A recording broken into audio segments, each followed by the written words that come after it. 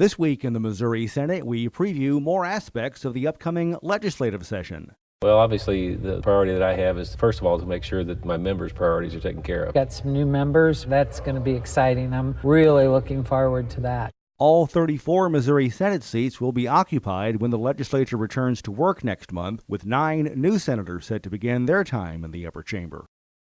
Incoming Missouri Senate President Pro Tem Dave Schatz of Sullivan says there are 2 issues that stem from last month's election that could see legislative action next year.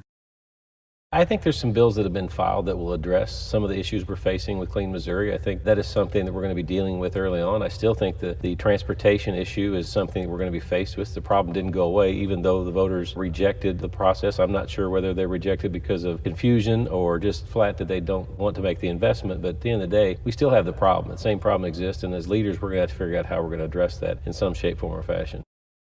Missouri Senate Minority Floor Leader Gina Walsh of Bell Fountain Neighbors adds, last month's election results may indeed play a role in the next session.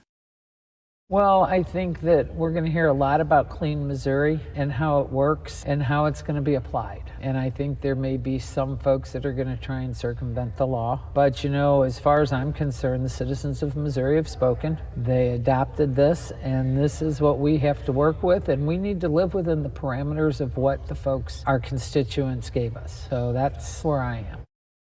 Senator Schatz says he still believes transportation funding to be his personal goal.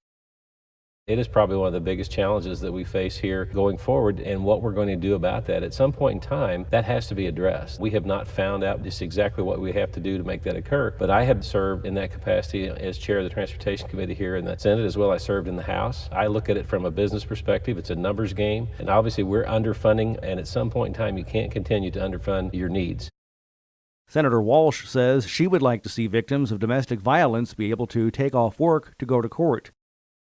But you might be 49 on the docket and the judge only gets to 48 that day, and you've taken off. You found care for your kids and everything's supposedly in order. Well, you're 49, he gets to 48, and you're told come back in 5 weeks. That's not always an easy thing to do, to take off work to get a court order of protection. So you're already in a stressful situation going in, and I'd really like to see something come of that before I leave here. The first regular session of the 100th General Assembly will start at noon on Wednesday, January 9th. And remember, you can follow these and other issues facing the Missouri Senate by visiting our website, senate.mo.gov.